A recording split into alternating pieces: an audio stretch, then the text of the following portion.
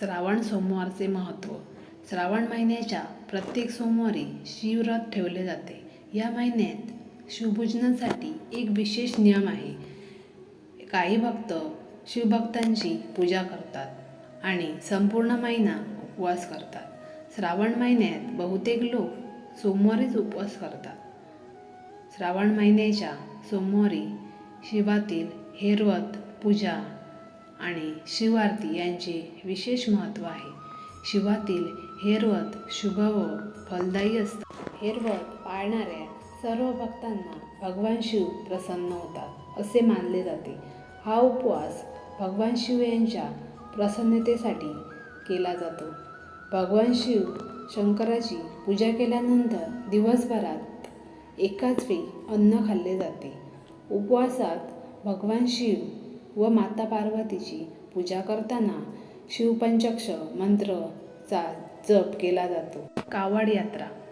असे मानले जाते की भारतातील पवित्र नद्यांच्या पाण्याने अभिषेक केल्याने भगवान शिव शंकर प्रसन्न होतात आणि भक्तांच्या मनोकामना पूर्ण करतात.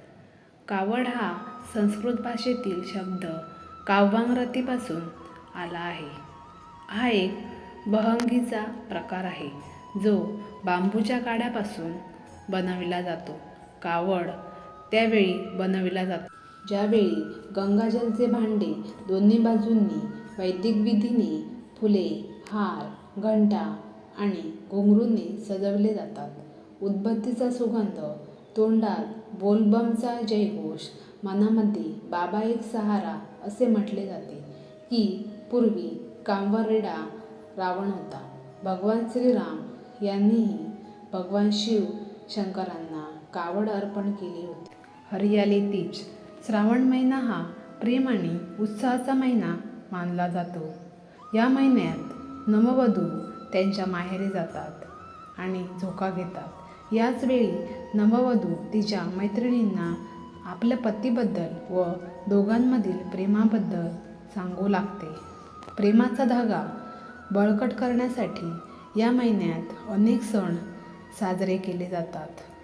यातील एक उत्सव म्हणजे हरियाली तीज. हा उत्सव दरवर्षी श्रावण महिन्यात शुक्ल पक्षाच्या तृतीयेला साजरा केला जातो. या पर्वणीबद्दल असे मानले जाते की माता पार्वतीने भगवान शिव यांना मिळवण्यासाठी तपश्चर्या केली होती. माता पार्वतीच्या तपश्चर्येनंतर प्रसन्न होऊन भोलेनाथ यांनी हरियाली तीजच्या दिवशी आई पार्वतीला पत्नी म्हणून स्वीकारले.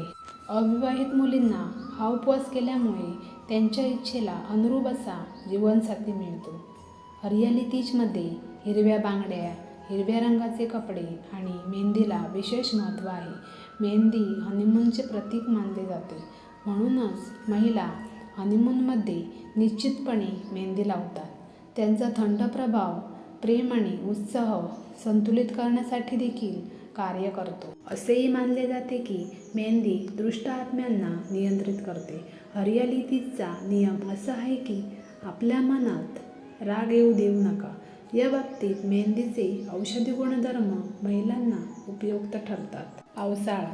श्रावण महिन्यात जास्तीत जास्त पाऊस पडतो ज्यामुळे शिवशंकरांचे गरम शरीर थंड होते. भगवान शंकरांनी स्वतः श्रावण महिन्याचा महिमा सनतकुमारांना सांगितला आहे. माझ्या 3 डोळ्यांमध्ये सूर्य उजवा, डावा चंद्र आणि अग्नी मध्य डोळा आहे असे भगवान शंकर म्हणाले होते. जेव्हा सूर्य कर्क राशीत संक्रमण करतो तेव्हा श्रावण महिना सुरू होतो. सूर्य उष्ण आहे जो उष्णता देतो. तसेच चंद्र थंड आहे जो थंडपणा प्रदान करतो. म्हणूनच जेव्हा सूर्य कर्क राशीमध्ये प्रवेश करतो त्यावेळी मुसळधार पाऊस पडतो. जनतेच्या हितासाठी विष पिणारे भोलेनाथ यांना या पावसापासूनच शीतलता आणि विश्रांती मिळते.